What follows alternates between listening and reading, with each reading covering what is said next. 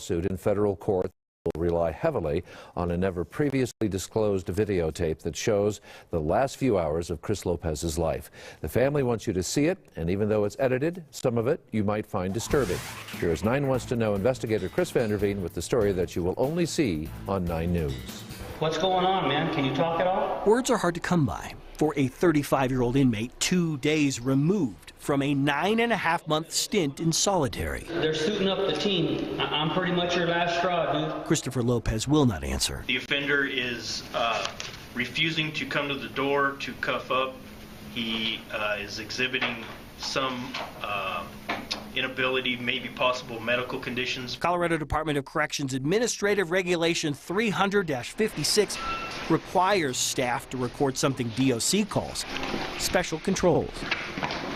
Lopez earned his first felony in 1996. His lengthy record includes assault on prison staff.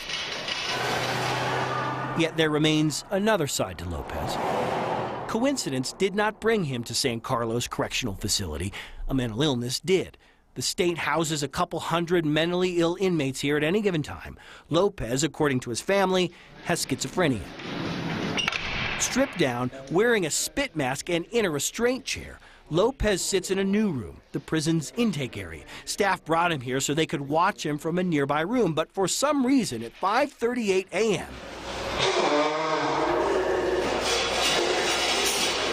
they miss this. We won't show you the entire grand mal seizure. Words from a state report and the sounds will suffice. Afterward, DOC asked staff to fill out incident reports. Of the 21 reports reviewed by 9 Wants to Know, not one mentions the word seizure. At the Humane Society, animals there ain't even allowed to be treated like that because they go to prison. Chris Lopez's mother and brother have yet to see the tape, but they know what happens next, and they are angry. Yeah. Who wouldn't be? Nobody goes home and treats their dog like that, you know what I mean? 48 seconds after the seizure began, it ends. 34 minutes pass before anyone decides the position he's in probably isn't good for him. Lopez!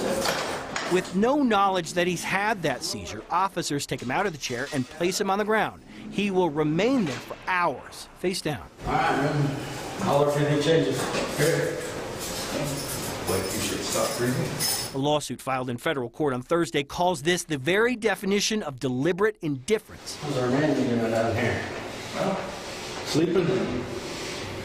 He's sleeping, basically. He's pretty quiet right now. And if you would see a guy like that on the street, the first thing you do is call 911 as a layperson and say, this guy needs medical help immediately. Attorney David Lane represents Lopez's family. I think DOC, when this happened, kept their fingers crossed that it was all going to disappear. At one point, a nurse gives him 2 shots. A report obtained by 9 Wants to Know says it was Haldol and Cogentin, psychotropic drugs.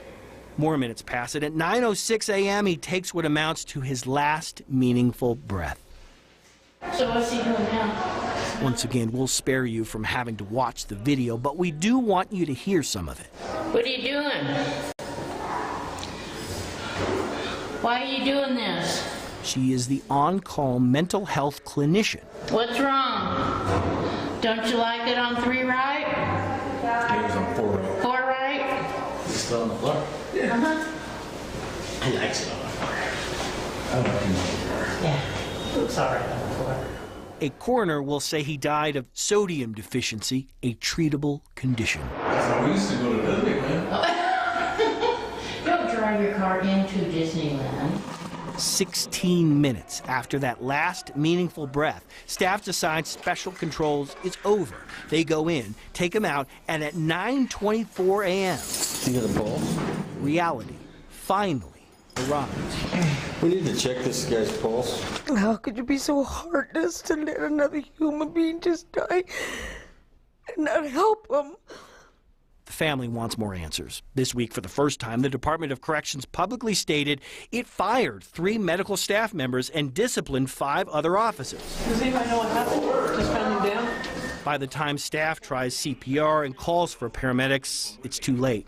He's been dead for more than a half hour. Can you not videotape these? And 5 hours after it began, The recording stops.